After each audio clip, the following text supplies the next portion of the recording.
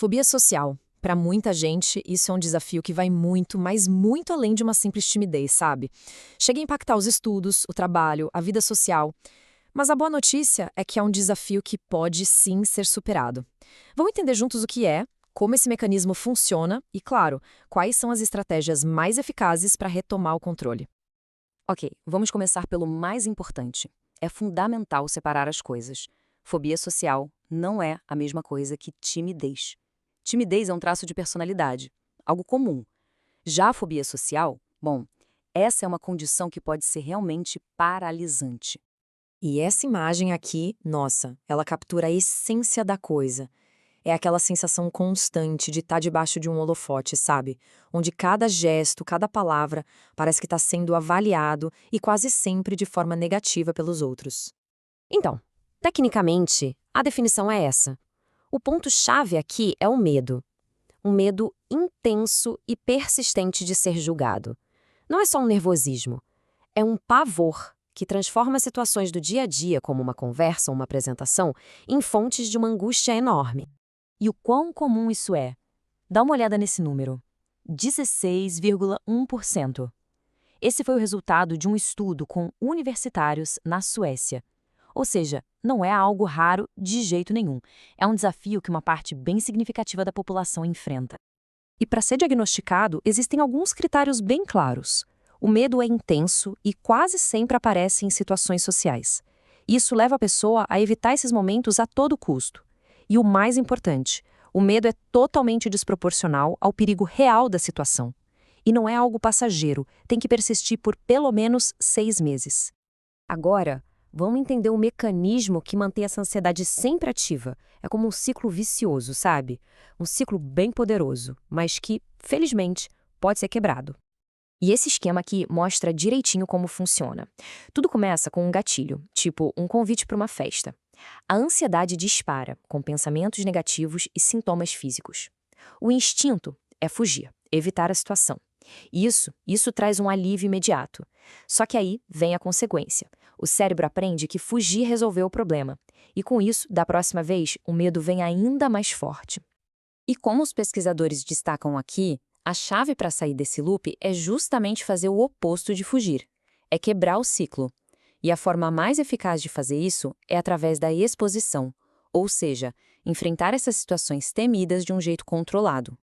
Tá, mas como se quebra esse ciclo na prática? A abordagem com mais comprovação científica para isso é a terapia cognitivo-comportamental, a famosa TCC. A TCC parte de um princípio bem direto. Não são as situações que causam ansiedade, mas o jeito como a gente interpreta essas situações. É uma terapia muito prática, focada em ensinar novas habilidades para a gente pensar e agir de uma forma diferente. E um dos pilares da TCC é o que a gente chama de reestruturação cognitiva. Olha só o exemplo. A ideia é aprender a identificar esses pensamentos negativos que vêm no automático, questionar se eles são realistas e, então, substituir por outros mais equilibrados e funcionais. É uma mudança de perspectiva. E isso nos leva para a parte prática, a parte comportamental da TCC, que é talvez a mais poderosa de todas, a terapia de exposição.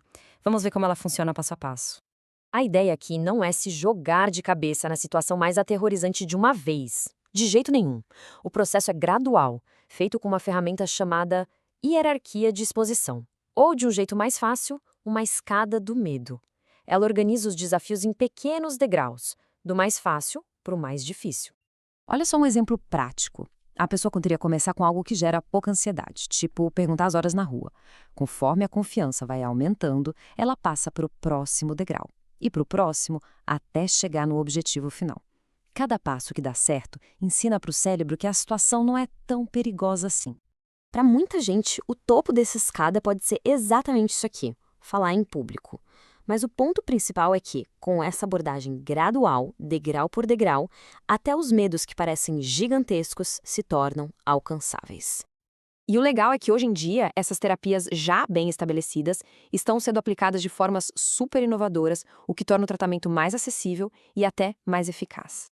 Duas modalidades que se destacam muito são a terapia em grupo, que é tipo um laboratório social na vida real, e a realidade virtual, que cria um ambiente super seguro e controlado para praticar. A terapia em grupo para fobia social é especialmente poderosa, Primeiro, porque ela quebra o isolamento. A pessoa percebe que não está sozinha nesse barco. E o próprio grupo vira um lugar seguro para praticar a exposição, para testar novas habilidades sociais e receber feedback. E a tecnologia também está dando uma força aí tanto.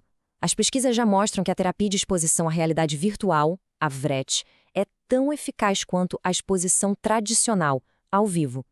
Ela permite praticar discursos, entrevistas e várias outras interações sociais num ambiente simulado, totalmente seguro, antes de levar essas novas habilidades para o mundo real. E tudo isso nos leva a uma reflexão final. O caminho para superar a fobia social não é um salto gigante, mas uma série de pequenos passos, um degrau de cada vez.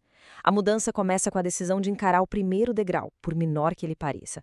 Então, a pergunta que fica no ar é: qual poderia ser esse primeiro passo?